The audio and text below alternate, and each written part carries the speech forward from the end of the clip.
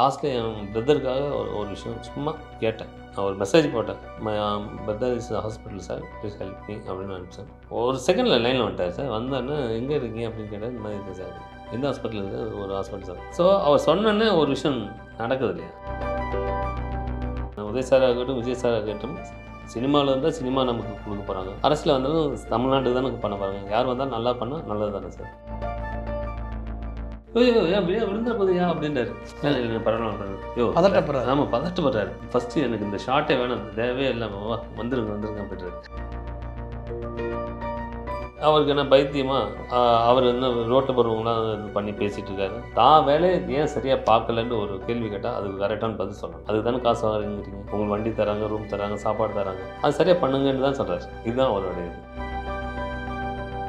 இப்போ துரு வந்து பாலா சாரோட கண்டுபிடிப்புனாவே இப்போ அவருக்கு அவ்வளோ இது இருக்குது. அதான் உண்மை. சரி ஓகே பரவாயில்ல, நீங்கள் எடுத்துகிட்டு போனீங்களே அந்த படம் ஹிட் ஆச்சா? இல்லை நீங்கள் சரியில்லைன்னு எடுத்துகிட்டு போனீங்க, அப்போ நீங்கள் ஹிட் பண்ணியிருக்கணும்ல. அப்போ யார் தப்பு?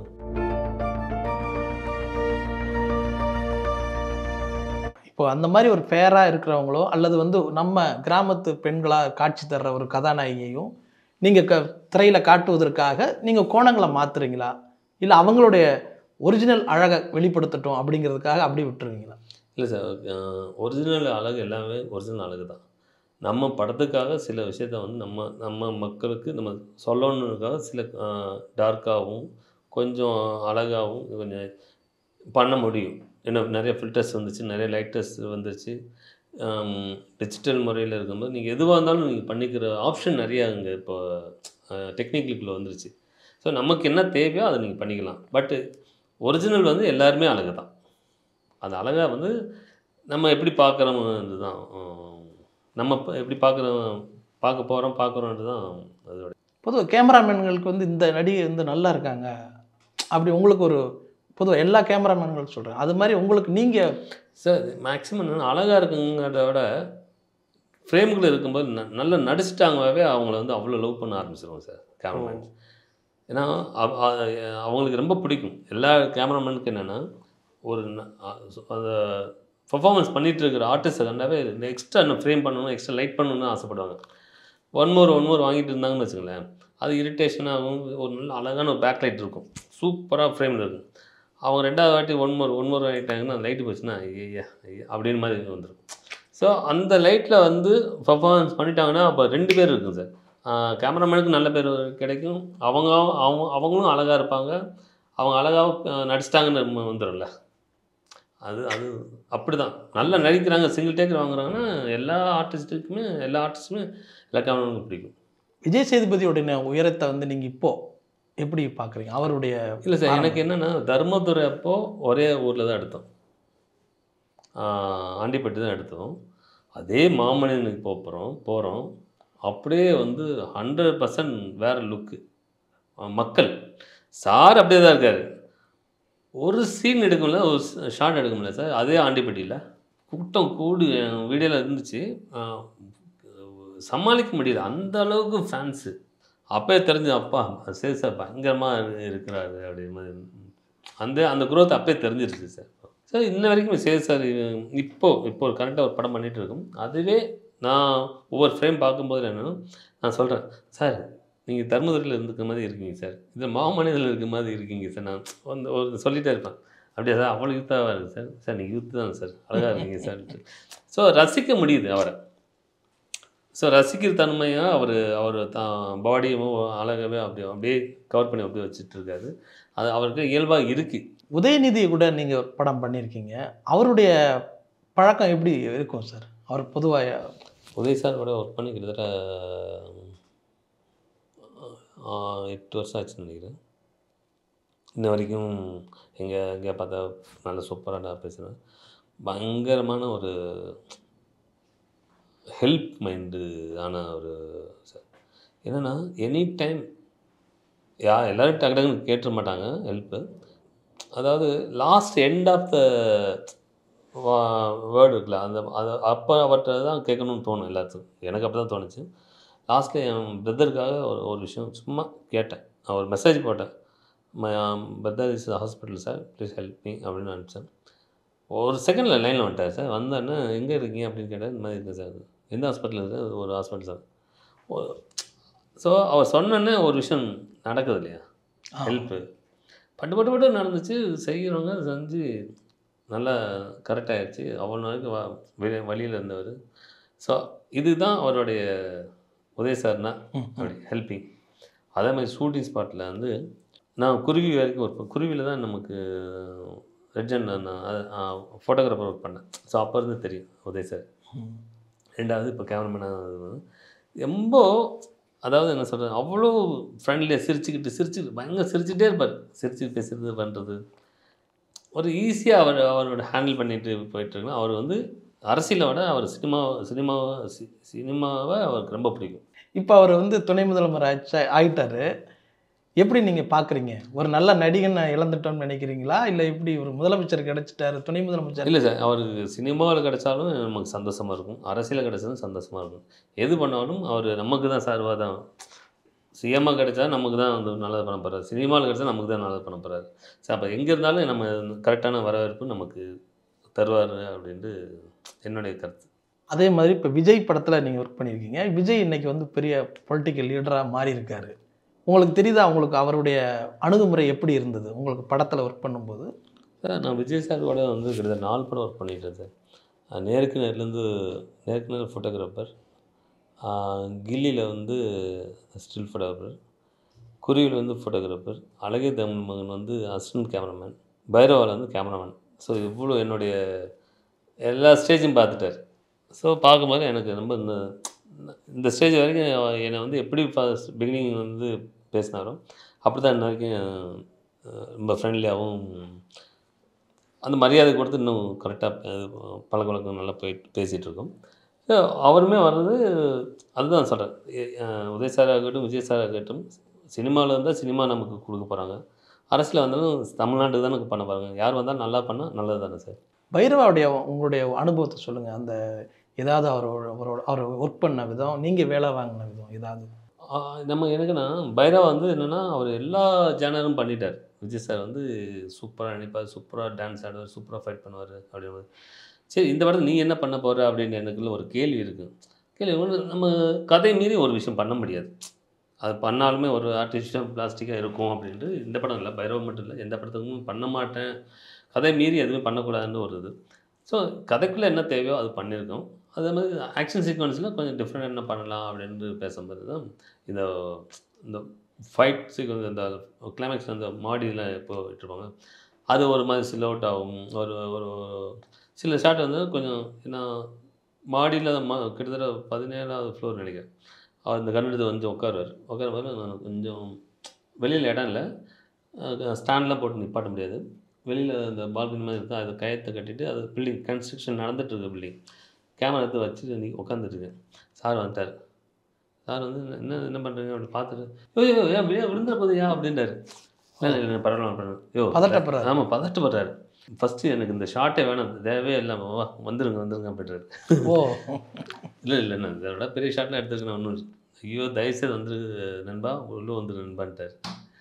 பரவாயில்லன்னு எடுத்துகிட்டு டக்குனு எடுத்துகிட்டு வந்துட்டோம். ஸோ அப்படி அக்கறையாக பார்த்துக்கிறாருன்னு சொல்கிறதா சார். அதே மாதிரி சுவிட்சர்லாந்து ஒரு சாங் பண்ணும்போது அவ்வளோ அட்ராசிட்டினா வந்து அவர் வெளியில் பார்க்கும்போது அப்படி இருப்பார்ல, உள்ளே வந்தால் சொல்கிறார், அவ்வளோ பார்ட்டி கொடுக்கும்போது சாங் முடிஞ்சிருச்சு, சூப்பராக வந்துருச்சுன்னு சொன்னார். பார்த்துட்டு ரொம்ப நல்லா இருக்குது, அங்கேயே டிவியில் போட்டு பார்த்தாச்சு. ஸோ அப்படி எல்லாத்தையும் சந்தோஷப்படுத்தி வச்சுக்கிறது, யூனிட்டை வந்து அழகுபடுத்திக்கிறது, சேஃப்டி வச்சுக்கிறது, சந்தோஷப்படுத்தி பார்க்குறதுல சாரும் விஜய் சார். பாலா சார் கூட ஒர்க் பண்ணது வந்து கேட்கணும்னு ரொம்ப ஆசை எனக்கு. வர்மா படத்தில் ஒர்க் பண்ண அனுபவம் எப்படி இருந்தது, அதை பற்றி சொல்லுங்கள். எனக்கு எல்லோரும் பாலா அண்ணனை பற்றி பயம் அப்படின்ற ஒரு பிம்பம் இருக்குது. அது உண்மையான நல்ல குழந்தை, நல்ல ஸ்தானத்தான இருக்குது, அப்பா ஸ்தானம், அண்ணன் ஸ்தானம், அதை மீறி நல்ல ஒரு குழந்தை தான் அது அண்ணன். ஏன் அப்படின்னா, இப்போ நீங்கள் எதுக்கு ஸ்கூலுக்கு போனீங்க, வாத்தியார் எதுக்கு அடிக்கிறாங்க? படிக்கலைன்னா அடிப்பாங்க, சரியாக வரலைன்னா அடிப்பாங்க, கரெக்டாக அவங்க சொல்கிறது கரெக்டாக இருந்தால் அடிப்பாங்க. அடித்தா தான் நீ திருந்துவ அப்படின்னு சொல்லி அடிக்கிறாங்க. ஸோ அந்த மாதிரி தான் நீங்கள் சினிமாவுக்கு போயிட்டு அவன் சொல்கிறது கேட்கலை, செய்யலை, கரெக்டான நேரத்துக்கு வரலன்னா அடிக்கிறது இல்லை, அந்த பிம்பம் இருக்குதுனால சொல்கிறேன். அவருக்கு என்ன பைத்தியமா, அவர் என்ன ரோட்டில் போகிறவங்களாம் இது பண்ணி பேசிகிட்டு இருக்காரு, இது செஞ்சிட்ருக்காரு. இல்லை இல்லை, தான் வேலையை ஏன் சரியாக பார்க்கலன்னு ஒரு கேள்வி கேட்டால் அதுக்கு கரெக்டான பதில் சொல்லணும். அதுக்கு தானே காசு வாங்குறீங்கிறீங்க, அதுக்கப்புறம் தான் அதுக்கு தானே எல்லாம் உங்களுக்கு வண்டி தராங்க, ரூம் தராங்க, சாப்பாடு தராங்க, அது சரியாக பண்ணுங்கன்னு தான் சொல்கிறார். இதுதான் அவருடைய இது. ஓ. ஸோ நான் வந்து ஒர்க் பண்ணும்போது எனக்கு அவ்வளோ ஃப்ரீடம். இப்போது ஃபஸ்ட் நாள் என்ன ஆக்சுவலி எனக்கு அண்ணனுக்கு என்னென்னா ஃபஸ்ட்டு என்னென்ன யூஸ் பண்ண போகிறேன் அப்படின்றாரு. ஸ்டடிக்கு இது ட்ராக் ரேலி க்ரெயினில் யூஸ் பண்ணிக்கிறேன். சரி உன் பட்ஜெட்டு கொடு அப்படின்றாரு. எப்பயுமே கொடுப்பாங்களே ஒரு அந்த படத்தில் ஒர்க் பண்ணுவாங்க. கிட்டத்தட்ட ஒரு ஒரு ₹1 மேலே போயிடுச்சு. ₹1 மேலே போயிடுச்சுன்னா எனக்கு அவங்க கம்பெனிலேருந்து கொடுத்துருது கேமரா கேமரா யூனிட்லேருந்து கொடுத்துருக்காங்க. எனக்கு கால் பண்ணு, டேய் இது என்னடா இது இவ்வளோ பண்ண போறியா அந்த படத்துக்கு அப்படின்னாரு. இல்லைண்ணா இருங்கண்ணா நம்ம இது கொடுத்துருக்கோம், இது அப்படியே நம்ம கம்மி பண்ணணும்னு தெரியும் அவங்களுக்கு. சரி இதெல்லாம் நம்ம பேசிக்கலாம்ண்ணா. அதெல்லாம் எனக்கு தெரியாது, எனக்கு இவ்வளோ தான் வேணும் அப்படின்றாரு. ஸோ அங்கேயே என்னென்னா ப்ரொடக்ஷனுக்கு கண்ட்ரோல் பண்ணி தர்றாரு. ஓ. இப்படிலாம் இருக்கக்கூடாது, இப்படி செய்யணும் அப்படின்னு. அப்போ போய் பேசினபோது இல்லை சார் அவர் கேட்குறாரு இவ்வளோக்கு வந்துடும் பண்ணிக்கலாம், இந்த உங்களுக்கு என்ன சார் பட்ஜெட் ஆகும், எனக்குலாம் அதோடய இப்போ 50-50 தான் இருக்கணும் அப்படின்னு சொல்கிறாரு. சார் பண்ணிக்கலாம் சார். அதான் நான் சொன்னேன்லண்ணே, அவங்க ரேட் அவங்க போடுவாங்கன்னா நம்ம பேசிக்கணும்ண்ணா இப்போலாம் வேணும் அப்படிங்கும்போது. ஏன் இதெல்லாம் சொல்கிறேன்னா பிகினிங்கே வந்து ஒரு கண்ட்ரோல் சொன்னீங்க, எல்லோரும் தப்பாக மோட்டிவேஷன் இருக்குது அதெல்லாம் இல்லைன்னு சொல்லுவார். ஓ. ஸோ அப்போ என் சைட்லேருந்து இதெல்லாம் கம்மி பண்ணலாம் மீன்ஸ் நீ எடுத்துக்கோ, உனக்கு எது தேவைன்னு மட்டும் எடுத்துக்கோ அந்த மாதிரி. அப்போது உள்ளே போகும்போது நான் ஒவ்வொன்றும் கையில் எடுத்தோன்னா இதெல்லாம் செய்யலாம் செய்யக்கூடாது அப்படின்ற மாதிரி ரொம்ப ஃப்ரீடம் கொடுக்குறேன் நிறையா. ஃப்ரீடம் மீன்ஸ் என்னென்னா இப்போ உதாரணத்துக்கு வந்து நீ அங்கே போய்ட்டு எல்லாமே ரெடி பண்ணியிருப்பா, ரெடி பண்ணி சொல்லுங்கள் அப்படின்னு சொல்லுவார். சொல்லிவிட்டு நம்ம போய்ட்டு ஒரு 5 நிமிஷம் கூட பின்னாடி வந்து உட்காந்துருப்பார். இது வர்மா தான் அவர் கேரளே ரொம்ப ஃபாஸ்ட்டாகவும் டூரேஷனும் கம்மியாக முடிச்ச படம். 7:30 நான் ஃபஸ்ட் ஷாட் வச்சிருவோம். 7:30 ஃபஸ்ட் ஷாட் வச்சுட்டு நிறைய ஃப்ரீடம், அதாவது நம்ம போய் சொல்லிக் கொடுக்க சொல்லுவார், கரெக்டாக சொல்கிறா அப்படின்றாரு. அந்த மாதிரி நிறையா நமக்கு ஈஸியாக ஒர்க் பண்ண முடிஞ்சது அவர் அண்ணனோட. ஆனால் வர்மா தான் அவருடைய கேரியர்லேயே வந்து ஒரு முதல்ல அந்த பிரச்சனைக்குரிய படமாக மாறி போச்சு. அவர் தயாரிப்பாளர்களே விலகி போகிற சூழ்நிலை ஏற்படும். அது எதனால் ஏற்பட்டதுன்னு நினைக்கிறேன். ஆக்சுவலி அதுக்கு காரணங்கள் வந்து சார் வேறு யாரோ 2 பேர் உள்ளே புகுந்து ப்ரொடக்ஷன் சைட்லேருந்து புகுந்துட்டோ வேறு கன்ஃபியூஸ் பண்ணி விட்டு ஈகோ இது பண்ணி வச்சுட்டாங்க. வேறு ஒன்றும் கிடையாது. படமே எனக்கு ரொம்ப பிடிச்சிருந்தது. சரி ஓகே பரவாயில்ல, நீங்கள் அதை எடுத்துகிட்டு போனீங்கல்ல, அந்த படம் ஹிட் ஆச்சா? இல்லை நீங்கள் சரியில்லைன்னு எடுத்துகிட்டு போனீங்க, அப்போ நீங்கள் ஹிட் பண்ணியிருக்கணும்ல. அப்போ யார் தப்பு? நீங்கள் அமைதியாக இருந்தீங்கன்னாவே இப்போ துருவ் வந்து பாலா சாரோட கண்டுபிடிப்புனாவே இப்போ அவருக்கு அவ்வளோ இது இருக்கும் இல்லையா? அதான் உண்மை. நான் ஏற்கனவே சொன்னது தான். பாலா சார் இல்லை, பாலா சாரோடைய கற்றுக்கிட்டது தான் துருவ் அவ்வளோ அவர் ஆக்டிங். அவர் அமெரிக்காவில் படிச்சிருக்கலாம், இல்லைன்னு சொல்லலை. அவருமே நல்ல ஆக்டர் தான். ஸோ இதுக்கான விதை வந்து பாலா சார் தான். இன்னமும் நான் என்னால் ஏன்னா ஃபுல்லாக நான் தான் ஒர்க் பண்ணேன். ஸோ இவருடைய ஆக்டிங் கற்றுக்கிற காரணம் பாலா சார் தான். இப்போ பாலா 25 அவருடைய கொண்டாட்டம் நடந்துகிட்டு இருக்கு. ஆனால் விக்ரம் கூட நீங்கள் பழகிறீங்க. விக்ரம் அவர்கள் மட்டும் அந்த நிகழ்ச்சியிலே இல்லை. அது எதுவும் அவருக்கான மனக்கசப்பு இருக்குமோ? இல்லை ஆக்சுவலி நானே ஊரில் இருந்தேன், வர முடியாத சூழ்நிலை. எனக்கும் போக முடியல. அதுக்காக வந்து நான் என்னை கூப்பிடல, நான் போகலை அப்படின்றத விட அவங்களுக்கு ஏதாவது பர்சனல் விஷயமா இருக்கும், போகலான்னு முடிவு பண்ணியிருப்பாங்க. அந்த சூழ்நிலை ஏதாவது காரணமாக இருக்கும். மற்றபடி நான் எனக்கு தெரிஞ்ச அளவுக்கு இன்ன வரைக்கும் பழகி பேசிட்டு தான் இருக்காங்க. வேறு சூழ்நிலையில் இருக்குமோன்ற காரணம் தான். கேமராமேனுக்கும் ஒரு கதாநாயகிக்கும் எப்போதும் ஒரு அண்டர் கரண்ட்டாக ஒரு புரிதல் ஓடிட்டே இருக்கும் அப்படின்னு ஒரு சினிமா உலகத்தில் பெரிய டாக் இருக்குது. நீங்கள் வந்து வியந்து நடிப்பில் பார்த்த அந்த கதாநாயகி யாருன்னு சொல்லுங்கள். நான் பண்ண எல்லா கதாநாயகியும் எனக்கு பிடிக்கும். ஃபஸ்ட்டு சார்மியிலேருந்து, 2வது வந்து அமலாபால்லேருந்து, எமி ஜாக்சன்லேருந்து, அன்சிகாலேருந்து, ஐஸ்வர்யா ராஜேஷ்லேருந்து, தமன்னாலேருந்து, இப்போ இருக்க நித்யமன்லேருந்து எல்லாமே நம்ம ரசித்தா தான் ஆடியன்ஸை ரசிக்க வைப்போம் இல்லையா? இது நாங்கள் ரசிக்கிறோம் அப்படின்ட்டு உங்களுக்கு தெரியுது. இப்போ எந்த ஒரு மனிதனும் வெளியில் போகும்போது பார்க்குறதெல்லாம் ரசிக்கிறது தானே, அது ஒன்றும் தப்பான பார்வை கிடையாது. அப்படி அவங்கள எப்படிலாம் ரசித்து எப்படிலாம் ஃப்ரேம் அழகுப்படுத்தினா தான் இந்த ரசனை தான் மக்களுக்கு கொண்டு போய் சேர்க்கணும் அப்படின்ற ஒரு அந்த எண்ணத்தில் நம்ம ஃபஸ்ட்டு டைரக்டராக இருக்கட்டும் இல்லை கேமராமேனாக இருக்கட்டும் அவங்கள ரசித்து அவங்கள படம் பிடிக்கணும். அதுதான் ஆடியன்ஸுக்கு போயிட்டு ரீச் பண்ண முடியுன்றது அந்த ஒரு ரசனை தான். இப்போ அந்த ஒளிப்பதிவாளருக்கும் கதாநாயகமான புரிதல் சில நேரம் காதலாக மலர்ந்திருக்கக்கூடிய வாய்ப்பு இருக்குது. அப்படி உங்களுக்கு அந்த அனுபவம் இருக்கு, காதல் அனுபவம் இருந்திருக்கா? இல்லை சார், எனக்கு வந்து காதல்னா நான் வந்து கல்யாணம் ஆன பையன், அதுக்காக வரக்கூடாதுலாம் கிடையாது. சரி, அந்த எண்ணங்கள் என்னென்னா நீ அந்த அளவுக்கு நமக்கு போகாது. லவ் மீன்ஸ் என்னென்னா அந்த அழகை தான் லவ் பண்ணணும்னு அவங்களுடைய அது வந்து ஒரு ஃபிசிக்கல் லவ் வரக்கூடாதுக்காக அது யாருக்கும் இருக்காது நினைக்கிறேன் சார். என்னென்னா அந்த இடத்துல வந்து நீங்கள் கேமரா வச்சு நீங்கள் என்ன தான் பண்ணாலுமே உங்களுக்கு அங்கே அந்த ரசிப்பு அந்த அழகு படுத்திக்கிட்டே இருக்குன்னு தான் தோணும். திடீர்னு ஒன்றும் இல்லை சார், அந்த பொண்ணு பார்க்க செய்யுதுன்னா அந்த ஒரு சின்ன ஷேடாக கூட வந்துடக்கூடாது, வந்தால் ஒரு அழகுலாம் போய்டும், விஷயம் அசிங்கமாகிடும். ஒரு ஐ ஷேடாக வரக்கூடாது, லிப் ஷேடை வந்து நெக் ஷேடாக வரக்கூடாது, ரொம்ப பார்த்து பண்ணுவோம். அப்போ வந்து தான் நீங்கள் சொல்கிற மாதிரி எல்லோரும் சொல்லுவாங்க. பார்த்தீங்கன்னா எக்ஸ்ட்ரா ஒரு தர்மகுடி வருது பாருங்கள், எக்ஸ்ட்ரா 26 வருது பாருங்கள், எக்ஸ்ட்ரா கேரே ஃப்ரேம் வருது பாருங்கள் அப்படின்னா, இது நாங்கள் ரசிக்கிறது என்னென்னா இது வந்து மக்கள் ரசிக்கிறதுக்காகத்தான் நாங்கள் ரசிக்கிறோம். அதுதான் உண்மை. அது சில பேர் லவ் ஆகி மேரேஜ் நிறைய பேர் பண்ணியிருக்காங்க. சரவணன் சார் பண்ணியிருக்காரு, ஆமாம், நிறையா கேமராமேன் பண்ணியிருக்காங்க. அது அவங்களுக்குள்ள புரிதல். எங்களோட புரிதல் வந்து ஒன்லி ஃபார் அந்த இதுக்கு மட்டும், ஸ்க்ரீனுக்கு மட்டும்தான் இருக்குதுன்னு நான் நினைக்கிறேன். ஒளிப்பதிவாளராக பாலு மகேந்திரா இயக்குனர் அவர்கள்ட்ட இருந்து உங்களுக்கு பிடித்த படம் என்னவா? பாலு மகேந்திராவே பிடிக்கும். அவர் பிடிச்ச எல்லா படமும் பிடிக்கும். நான் ஒவ்வொரு ஃப்ரேம் வைக்கும்போது இது பாலு சார் மாதிரி வைக்கணும், இது ஜீவா சார் மாதிரி வைக்கணும், அப்படி தான் நான் நினச்சி தான் வைப்பேன். எனக்கு ஜீவா சார் இறந்து போன ஜீவா சார் கேமராமேன், அவர் மானசீக அசிஸ்டன்ட். நான் ஒர்க் பண்ணாமல் அவர்கிட்டருந்து நிறையா அவரை பார்த்து நிறையா கற்றுக்கிட்டேன். இன்ன வரைக்கும் நான் பாலசுப்ரமணியன் சார் அசிஸ்டண்ட் தான், கேமராமேனாக. பட் இருந்தாலும் எனக்கு ஜீவா சார் அதுக்கு முன்னாடியே எனக்கு ஜீவா சார் ரொம்ப பிடிக்கும். இப்போ இயக்குனர் மணிரத்னம் கூட ஒர்க் பண்ணுற கேமராமேன்களுடைய உழைப்பு வந்து அந்த படம் நல்லா இருக்குது, ஒரு ஃப்ரேம் நல்லா இருக்குது அப்படின்னா மணிரத்னம் படத்தில் இப்படி வச்சுருக்காங்க பாருங்கள் அப்படிங்கிற மாதிரி எல்லா கிரெடிட்டும் மணிரத்னத்துக்கு போயிடுது. இதை பற்றி என்ன நினைக்கிறீங்க? ஆமாம் சார், இப்போ அதே பெரிய விஷயம் இல்லை சார். நீங்கள் அதே மாதிரி அடுத்த படத்தில் பண்ண வேண்டியது தானே. இப்போ மணி சார் படத்தில் மட்டும் இந்த ஃப்ரேம் இந்த லைட் பண்ணுறீங்களே, இது இன்னொரு படத்தில் வைக்க வேண்டியது தானே. அப்போ நீங்கள் அதை பேர் எடுத்துகிட்டு போகும் தானே. அப்போது உங்கள் கிரியேஷன் இல்லைன்னு தானே அர்த்தம். மணி சாருக்கு கிரியேஷன் இருக்குது, அந்த ஐடியா இருக்குது, அது டைம் கொடுக்குறாரு, அதுக்கான எல்லா போர்ட்ரேட் எல்லாத்துக்கும் விஷயம் கொடுக்குறாருல்ல. இதை நீ கற்றுக்கிட்டு அடுத்த படத்துக்கு பண்ணியிருக்கலாமே, ஏன் பண்ண மாட்டேறீங்க?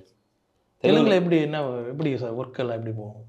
அதான் தெலுங்கில் வந்து நம்மளை விட அங்கே என்னென்னா டிசைனிங் ஜாஸ்தி.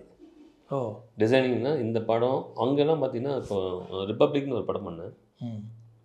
அங்கே இந்த படம் வந்து இவ்வளோ ஒரு 13 ரூபா இல்லை, அதான் 13 கோடி ரூபா இந்த படத்தோட லாபம் அப்படின்னு நினச்சி பேப்பரில் எழுதி எல்லாமே இது வச்சு தான் இது ஷூட்டிங்கே போனோம். லாபத்தை முன்னாடி வச்சு தான் பண்ணோம். ஏன்னா அந்த அளவுக்கு டிசைன் நடந்தது. தேவகட்டா டைரக்டர், சாய் தருண் தேஜி ஹீரோ வந்தார். ஸோ அது இப்போ யசோதாவுக்கு முன்னாடி பண்ணது.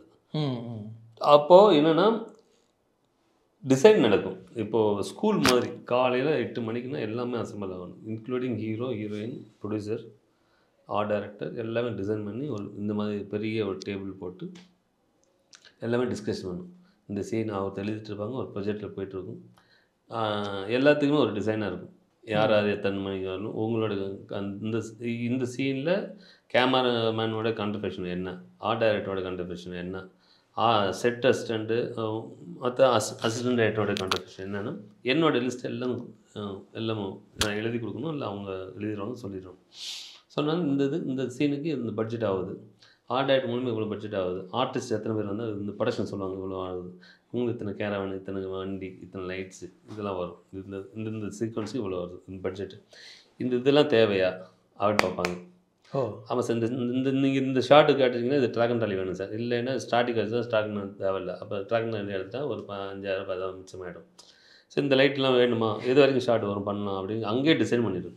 ஸோ இப்படி டிசைன் பண்ண உங்களுக்கு பட்ஜெட்டு தெரிஞ்சிடும், உங்களுக்கு எது பண்ண போகிறோம். அங்கே போய்ட்டு வச்சுட்டு வேஸ்ட்டாக பண்ண முடியாது அந்த மாதிரி. ஸோ எனக்கு தெரிஞ்சு அந்த மாதிரி பண்ணால் எல்லா சினிமாவும் ரொம்ப ஆரோக்கியமாக இருக்கும்னு. இப்போ தமிழை விட தெலுங்கில் ரொம்ப பிளான்டாக இருக்காங்க. ஆமாம், அதிகமாக பிளான்டாக இருக்காங்க. இப்போ அங்கேயே வந்து நீங்கள் ஒர்க் பண்ண படங்கள் வந்து இப்போ சமந்தாலாம் முன்னணி கதாநாயகியாக இருக்காங்க. அவங்களோட எப்படி? இல்லை அங்கே போனோமே நான் மைண்டே மாறினா அதுக்கு நம்ம அடாப்ட் ஆகிக்கணும் அப்படின்னு நான் அடாப்ட் ஆகிக்கிறேன். இப்போ நமக்கு இங்கே டிசைன் இல்லைன்னு சொல்லலை, டிசைன் இருந்தாலுமே நம்ம என்ன இன்றைக்கி ஒரு சீன் எடுக்கிறோம் அப்படின்னா சீன் டக்குன்னு முடிச்சிடும். அப்போ நமக்கு என்னென்னா இந்த ஒரு சீனை முடிச்சிட்டோம், இன்னும் டைம் இருக்குன்னு சொல்லிட்டு இன்னொரு சீன் எடுத்து போட்டு முடியும்.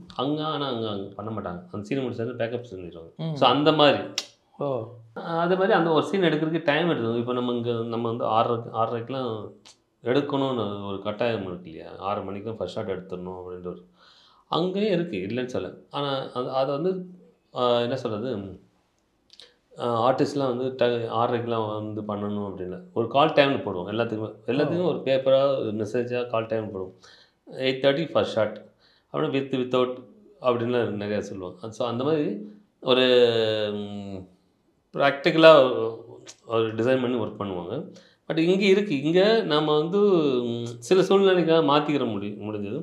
அங்கே ஒரு மாதிரி பேப்பர் ஒர்க்காக டிஜிட்டலாக அங்கே ஒர்க் பண்ண முடிஞ்சது. ஸோ அது கொஞ்சம் பாம்பே மாதிரி அங்கே ஹைதராபாத் கொஞ்சம் கொஞ்சம் மாறி வந்துட்டுருக்காங்க. ஓகே. உங்களுடைய நேரத்துக்கு ரொம்ப நன்றி. ரொம்ப நன்றி சார்.